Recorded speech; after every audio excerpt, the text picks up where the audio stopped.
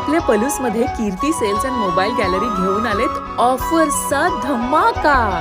कोणत्याही कंपनीचा मोबाईल खरेदी करा आणि मिळवा आकर्षक गिफ्ट। शिवाय सर्व कंपन्यांचा फायनान्स व कॅशबॅक ऑफर। सर्व नामांकित कंपन्यांचे मोबाईल व ॲक्सेसरीज मिळवण्याचे एकमेव ठिकाण Kirti sales and mobile gallery, Meenakshi Chitramandir समोर, Karad Tasgaon road, Palus. Proprietor Kulbhushan Sheetal Savalwade.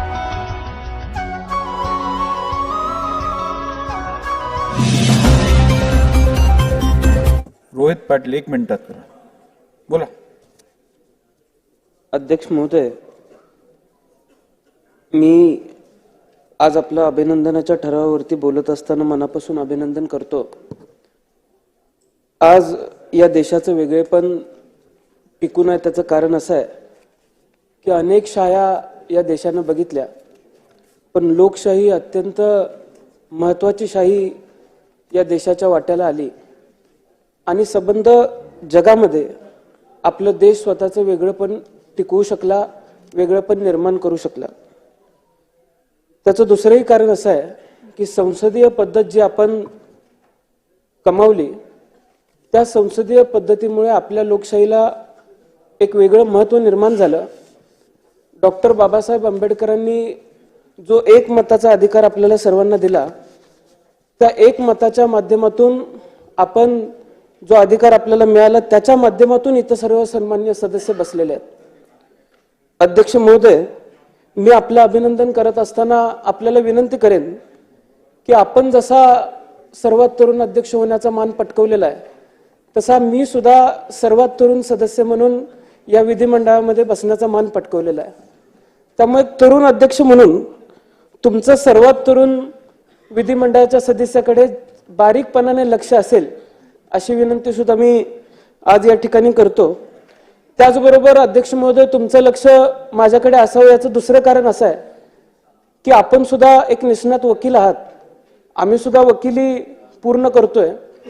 1 number बाकावरती बसलेल्या वकिलांकडे जसं तुमचं लक्ष असतं, तसं याही वकिलाकडे लक्ष असू दे अशी सुद्धा विनंती अध्यक्ष महोदय मी आपल्याला करतो।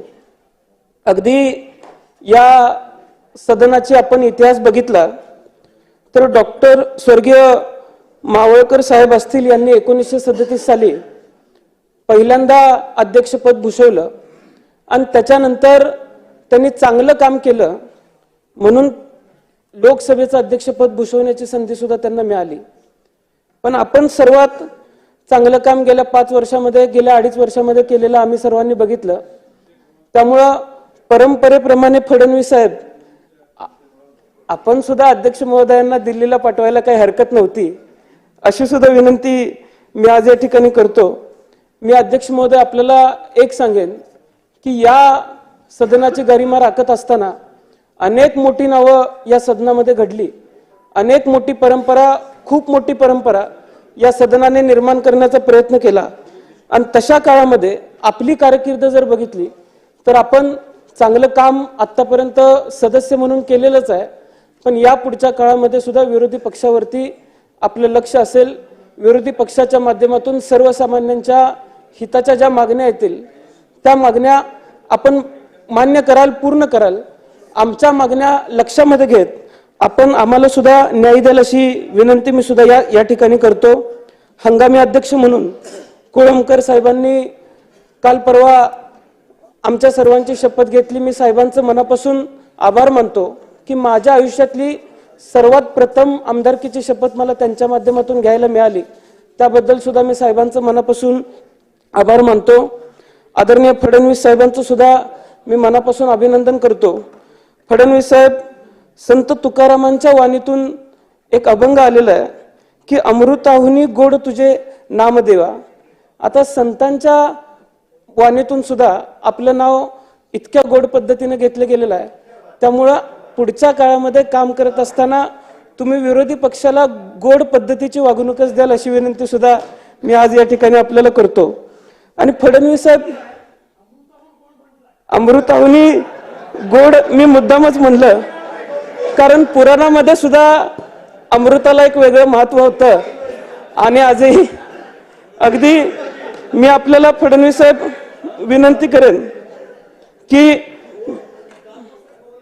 विरोधी पक्षाला सुद्धा आपण सहकार्य कराल. आदरणीय शिंदे साहेब असतील, आदरणीय अजितदादा असतील, सन्मान्य सदस्य असतील, यांचं सुद्धा मी मनापासून अभिनंदन करतो.